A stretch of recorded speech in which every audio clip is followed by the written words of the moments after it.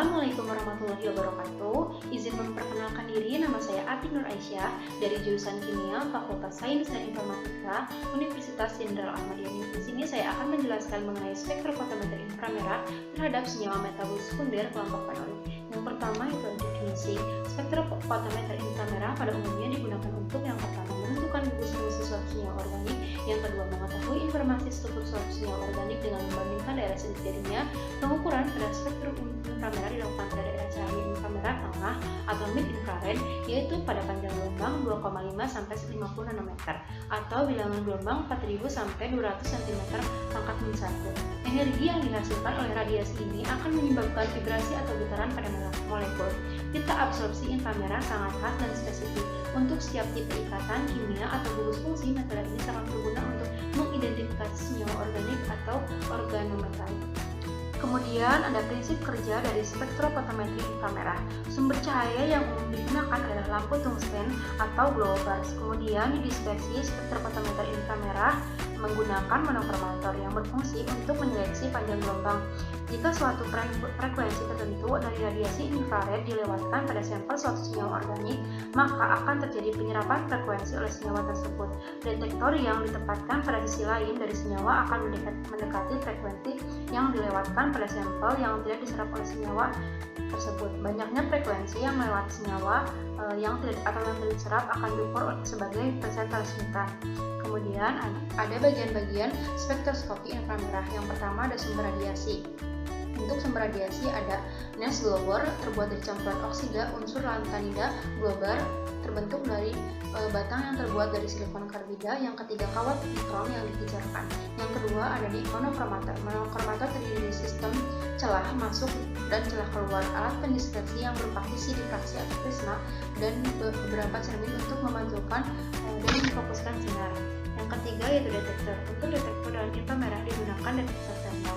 Yang keempat yaitu daerah cuplikan, terdiri dari 3 jenis cuplikan, yaitu cuplikan yang berbentuk gas, contohnya KBr, NaCl, dan CaF2. Cairan, yang kedua cairan, contohnya plat KBr atau plat NaCl. Dan yang ketiga itu padatan, contohnya adalah rujol 0 plat KBr. Kemudian ada pembagian daerah panjang gelombang.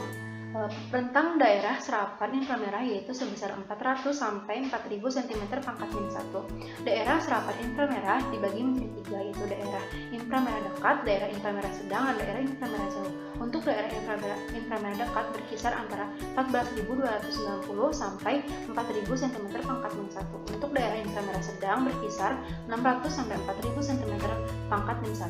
Kemudian untuk daerah inframerah jauh berkisar antara 200 sampai 600 cm pangkat min 1. Kemudian ada istilah-istilah dalam spektrofotometer inframerah. Yang pertama itu ada pita overton. Pita overton merupakan pita yang dihasilkan oleh eksitasi. Yang kedua ada pita bits, merupakan pita yang terbentuk ketika dua frekuensi vibrasi T1 dan T2 dalam sebuah pasangan molekul dapat menaikkan vibrasi dari frekuensi baru tanpa molekul. Dan ketika terjadi vibrasi, inframerah teraktifkan membentuk pita kombinasi.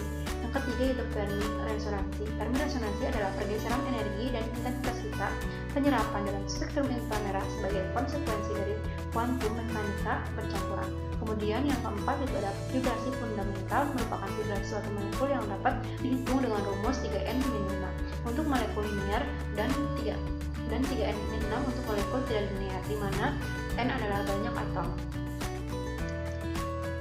Kemudian ada contoh jurnal dari UNESA Journal of Chemistry volume 9 nomor 1 Januari tahun 2020. Untuk judul jurnal sendiri yaitu isolasi senyawa fenolik dari ekstrak etil asetat kulit batang bidara dan uji aktivitas anti jamur Candida albicans. Untuk kelompok penulis jurnalnya itu Siti Nafsiyah, Rohmania, dan Nur Hidayati. Kemudian ada gambar hasil spektrum FTIR. Berdasarkan hasil identifikasi dari spektrum FTIR menunjukkan beberapa puncak serapan. Data hasil analisis spektrofotometer FTIR pada tabel data di atas diduga bahwa senyawa hasil isolasi yang diperoleh merupakan senyawa fenol yang diperkuat karena terdapatnya gugus fungsi OH, CH aromatik, dan ikatan rangkap 2 karbon aromatik. Kemudian ini ada tabel jurnalnya. Untuk penulisnya itu Siti Nafsiyah, Romania dan Dr. Hidayati tahun 2020, UNESA Journal of Chemistry volume 9. Untuk judul jurnal isolasi senyawa fenolik dari ekstrak etil asetat, kulit batang bidara, dan uji aktivitas anti jamur Candida albicans. Untuk struktur senyawanya yaitu 2,4 diterbutafenol.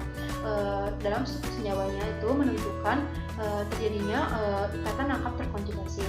Untuk interpretasi menunjukkan adanya ikatan angkap karbon terkonjugasi pada senyawa aromatik pada hasil analisis uji FTIR. Ini merupakan pustaka yang digunakan. Terima kasih, sekian penjelasan dari saya. Mohon maaf bila banyak kekurangan. Wassalamualaikum warahmatullahi wabarakatuh.